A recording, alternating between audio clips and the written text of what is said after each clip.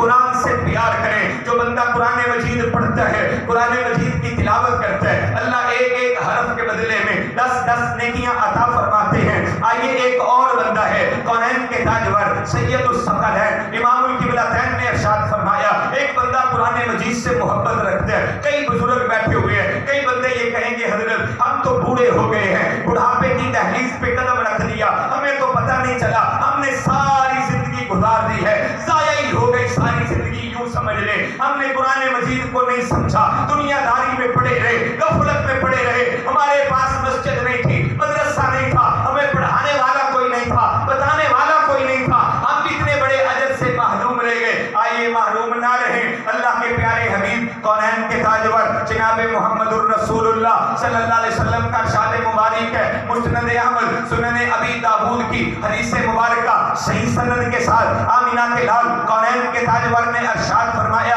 جو بندہ قرآن مجید پڑھتا ہے اور قرآن مجید پڑھتے ہوئے اٹکتا ہے, صحیح طرح پڑھا نہیں جاتا, بوڑھا ہو گیا ہے, زبان پہ جناب لفظ نہیں چڑھتے, زبان موٹی ہو گئی ہے, لیکن قرآن سے محبت بڑی ہے, قرآن سے پیار بڑا ہے, قرآن سے الفت بڑی ہے کہ اللہ کا کلام ہے, میرے خالق کا کلام ہے, قرآن کو سینے سے لگائے پھرتا ہے, قرآن سے محبتوں کے اظہار کرتا ہے. میں نے تو اپنے اسلاف کا تذکرہ پڑھا ہے, سید عبداللہ غزنوی رحمت اللہ علیہ, وہ قرآن مجید کو اپنے سینے سے لگاتے اور فرمایا کرتے, جب یہ مجلد قرآن میں اپنے سینے سے لگاتا ہوں نا, میرے سینے میں ٹھنڈ پڑ جاتی ہے. قرآن سے محبت کتنی ہے.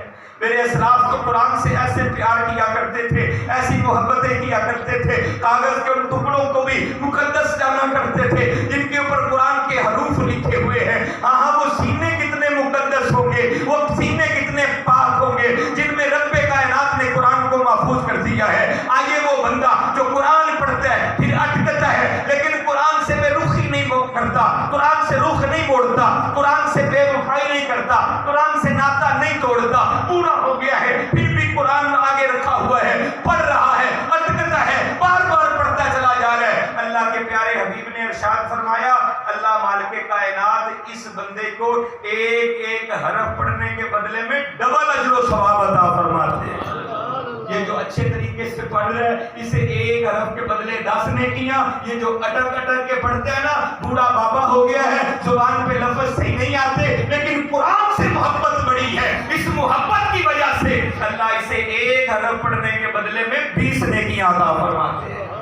آئیے قرآن سے جی نہ ہوا اجران, بالکل نبی رحمت کائنات کے امام کے ارشاد مبارک, بزرگوں نے الفاظ بھی نبی علیہ السلام کے ارشاد فرما دیے, بیان کر دیے, ایمان تازہ ہو جانا چاہیے. میرے پیارے نبی کے پیارے لبوں سے نکلے ہوئے الفاظ, فَلَهُ اجران, اس کے لیے ڈبل اجر ہے, ڈبل اجر, 20 نیکیاں اس بندے کو مل رہی ہیں. کتنا اجر و ثواب ہے. لیکن ایک بندہ بڑے اچھے طریقے سے قرآن پڑھتا ہے, یہ قاری القرآن بن جاتا ہے, حروف کا خیال کرتا ہے, مخارج کا خیال کرتا ہے, اس نے پورے قرآن کے اصولوں کے مطابق قرآن مجید کو پڑھا ہے, حفظ ہے, قاری القرآن بن گیا, بڑی محبت کے ساتھ یہ قرآن کو پڑھتا ہے. یوں لگ رہا ہے کہ امام کعبہ شیخ عبد الرحمن سدیس پڑھ رہے ہو, ایسے لگتا ہے جیسے شدیم پڑھ رہے ہو, ہاں ایسے لگتا ہے جیسے بلبلے حرم ماہر المعقلی پڑھ رہے ہو. جب قرآن پڑھتے ہیں سینے میں ٹھنڈ پڑ جاتی ہے, اتنی محبت سے مخارج کو اچھے طریقے سے ادا کر کے یہ قرآن کو پڑھنے والا. اللہ کے پیارے حبیب کا ارشاد مبارک ہے, الماہر بالقرآن مع سفرۃ کرام بررہ, کل قیامت کا دن ہوگا, اللہ اس بندے کو جو قرآن کو مہارت سے پڑھتا ہے, مخارج کا خیال رکھ کے پڑھتا ہے, الفاظ کی ادائیگی درست کرتا ہے, درست الفاظ کی ادائیگی کے ساتھ قرآن کے حلال کو حلال جان کے, حرام کو حرام جان کے قرآن مجید کی تلاوت کرنے والا, یہ قرآن کا ماہر کل قیامت کے دن اللہ کے دربار میں جائے گا. اللہ کے جو عظمتوں والے, شانوں والے, جلیل القدر, عظیم المرتبت جو فرشتے ہوں گے, اللہ اس بندے کو ان کا ساتھ نصیب فرمائے گا. کتنی عظمتیں ہیں اس قرآن کی, اہلاً و سہلاً.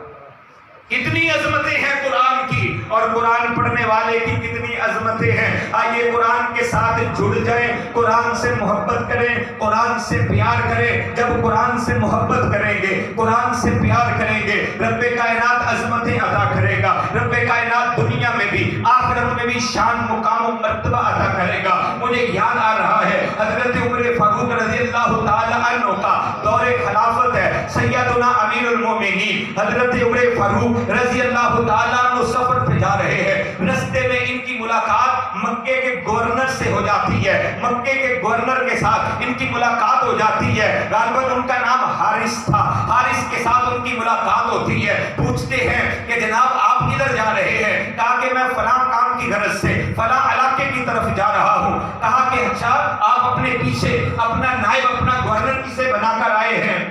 اہلاً و سہلاً مرحبا، شیخ القرآن مناظر اسلام حضرت حافظ عبداللہ نثار صاحب حافظہ اللہ تعالیٰ تشریف لائے۔ ہم اہلاً و سہلاً مرحبا۔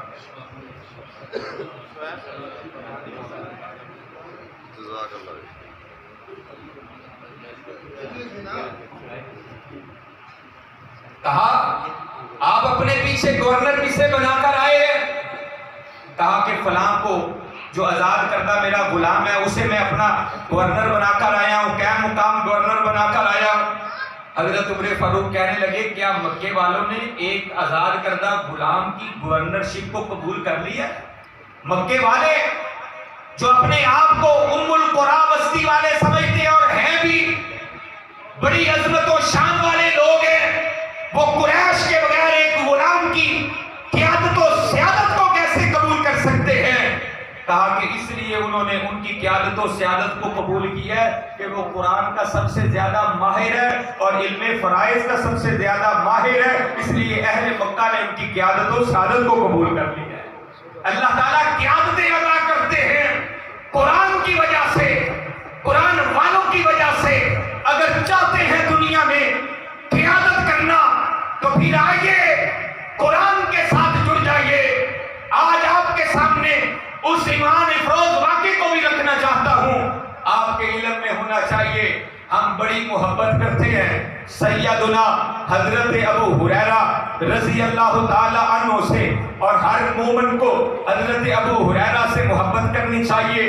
نبی کائنات رحمت عالم نے ارشاد فرمایا ہے، آپ کی دعا ہے کہ اللہ ابو ہریرہ کو ہر مومن کی محبت کرنے والا بنا دے۔ ہر مومن ابو ہریرہ سے اور اس کی ماں سے محبت کرے۔